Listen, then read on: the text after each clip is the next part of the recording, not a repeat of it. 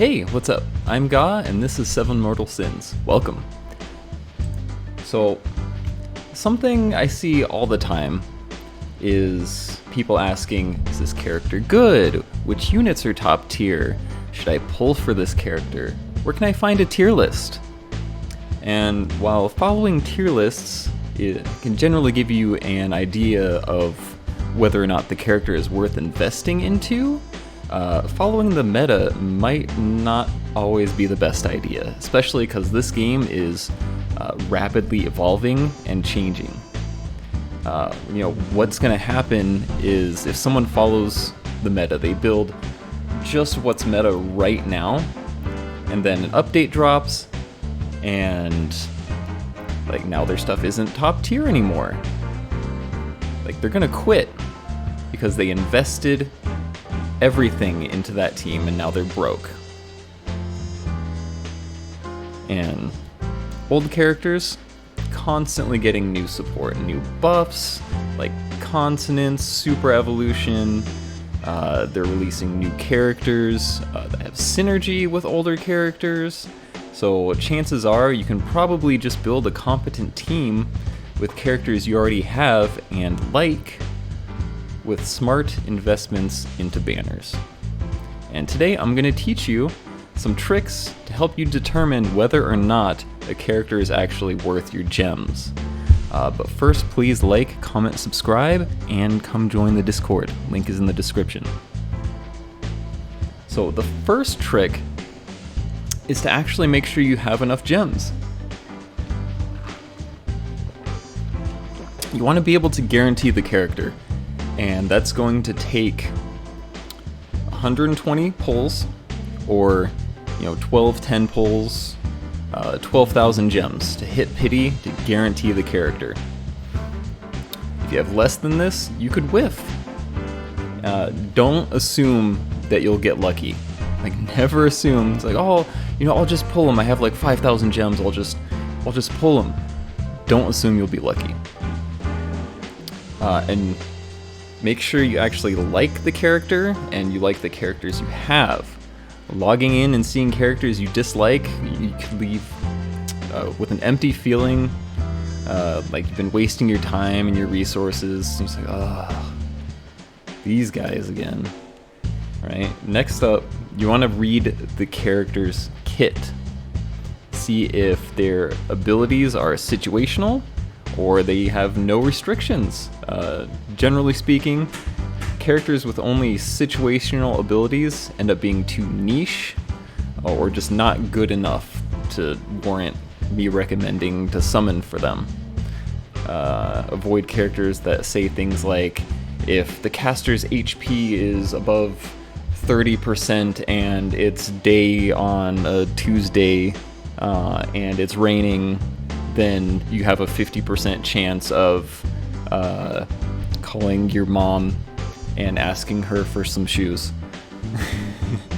You just want to avoid things that are too specific, only work against certain enemies, or have low effect chances of triggering. However, characters with no restrictions on their skills are typically broken, honestly. But sometimes there are characters that have a couple of situational abilities, but then they have one thing that they're super good at and is just really good. So, for example, we'll start off with not Chino. With Sariel. So her S1 basically inflicts damage over time, and then attack debuff. Her S2 removes buffs and grants you immunity to move gauge decrease. So you can already tell she's going to be a really good support. This one is a little bit more specific because it only targets strength type casts. but she also can reduce move gauge. But the biggest thing, like if you were to read this skill right here, you know, after reading, you know, basic, power, special, you weren't too impressed. Like if you go and read this, she might seem broken to you because she reduces enemy attack on battle start. She buffs ally speed on battle start, and every time she attacks, she increases your team's move gauge by 15%. And then on top of that, she debuffs enemy HP. So like, this passive alone would be reason to summon for her. And then you go ahead and look at, you know, someone like Belial, who I'm not going to go super in-depth into. I have a guide on her, go check that out. But basically, she's an all-rounder. She kind of does everything. Like, you read all her stuff, very impressive. She's an obvious summon for. Like, nothing's restricted, no situational, like, nonsense. Like, she just do. And then, let's see, next up for examples. Sorry to all of you Astaroth fans out there, but this is arguably one of the most situational characters in the game right here. So her skill 1 basically only works if she's affected by debuffs. Her skill 2,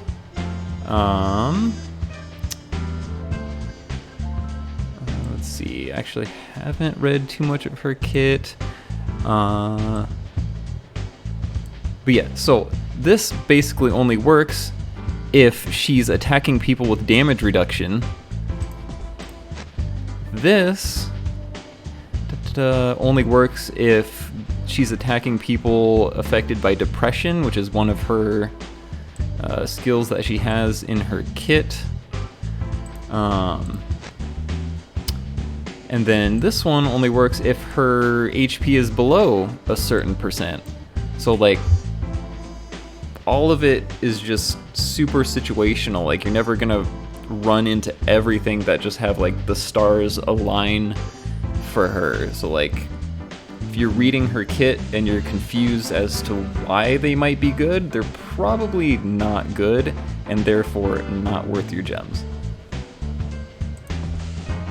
Right, and then next, after you've saved up gems, you like the character, you read their kit, you think they're good, you're going to want to look at the banner and make sure the rates aren't going to mess you over. And where you can find that, it's just right up here. These are going to be all the rates right here. Sometimes if UserJoy thinks a character is going to be super popular, what they've done in the past is they've actually lowered your chance of getting a character. Like, they've lowered the rates. And that might be a reason to not summon on the banner. Like, it's got a character you want, but the rates are really bad. And you want to kind of go after banners that only have like 2 characters on them. Like this only has, you know, Choco Asta and OG Asta. Like, this one would be good. Like, as soon as you start adding more characters on there, then that's the less chance you have to pull the character you're going after. And I know I said, you know, have enough gems, be prepared to go to pity, but with rates and few characters on the banner, if you summon the character early, you can either stop summoning, save your gems for the next banner, or you can go to pity still and have like the extra skill up, right? Because either way, you're gonna have to manage your resources, right? Because you can grind for up to 9 skill ups for any character, and having that extra skill up for the character you want might be more valuable to you than gems for the next banner. And another question I get a lot speaking of skill ups, is how many skill ups does a character need? And what I would say personally is that just assume a character is functional at +1 and optimal at +15, not taking into account super evolution or anything like that. Yeah, always go waifu over meta, 100%. And I think that's it. See you guys in the next video. Peace.